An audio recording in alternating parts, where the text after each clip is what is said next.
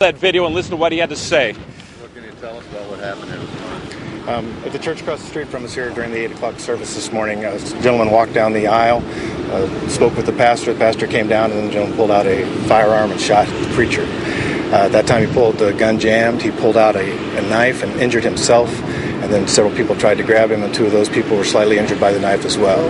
He was taken to the hospital locally here, flown over to St. Louis. He has not been identified. We don't know the relationship, why he's here, what the circumstances came about that caused him in the first place to be here.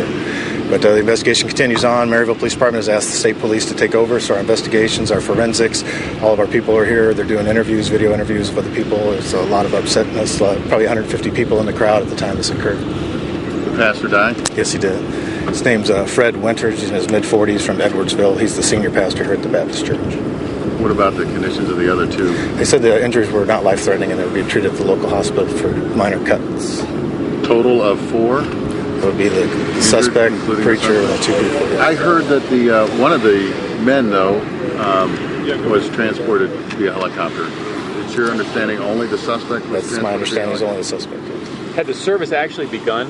Yes, it had just started about 8:15, according to the witness. He walks down the center aisle up to the pastor? Down an aisle, there's 3 or 4 of them, and that church is a large church, and started exchanging words with him, and that's when it started. I'm sorry, what kind of weapon did he have? He had a .45 caliber pistol that jammed after the first shot. So he got off one shot and then began stabbing the pastor? Then he began injuring himself with the knife, and then the people that tried to take him down were injured in the scuffle. Did the gunman say anything? They said he exchanged words with the preacher. No one at this point has told me what the words were. Did the pastor know him? Again, we don't know. Called him by name. I don't know. Approximate age on this suspect? I don't know that either. I'm sorry. Do you know how he was dressed? I didn't. Any other weapons recovered besides the gun and the knife? No. Not that I'm aware of. About 150 people in 150 people in attendance. Are you interviewing them all, or what's this process? Anyone who's a witness. I mean, you could be in the room and not see anything, and you wouldn't really be much of a witness, but they're talking to as many people as they can. We have a lot of people here. As you can see, a lot of departments are helping out with crowd control, traffic control, and things. So I just wanted to come over and give you guys some first information preliminary, and I'll go see if I can get some more and let you know as soon as I can find something else. Any reason to believe it? We are back out live once again. We did talk to some people who said they were arriving for some of the later services. When they got here, they said the emergency vehicles were already on scene. They, of course, were turned away. Some of the church members have been gathering in nearby parking lots. There is a senior citizen center just down the road from us.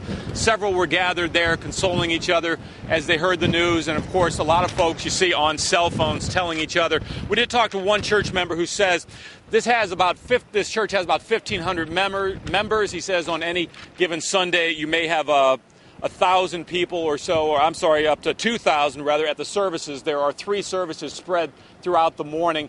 But he said the inner sanctuary there, or the main sanctuary, I guess, holds about 1,000. But as you heard Ralph Timmons say, I believe he said maybe 150 people or so present at the time. We are still working to gather some information. We'll be getting back to you with any updated information that we can. For now, I'm Ray Preston, Maryville, reporting live. Thanks, Ray. We're actually going to send it back over to weather so you guys can stay updated on what's exactly going on with the tornadic weather that we have. Kent?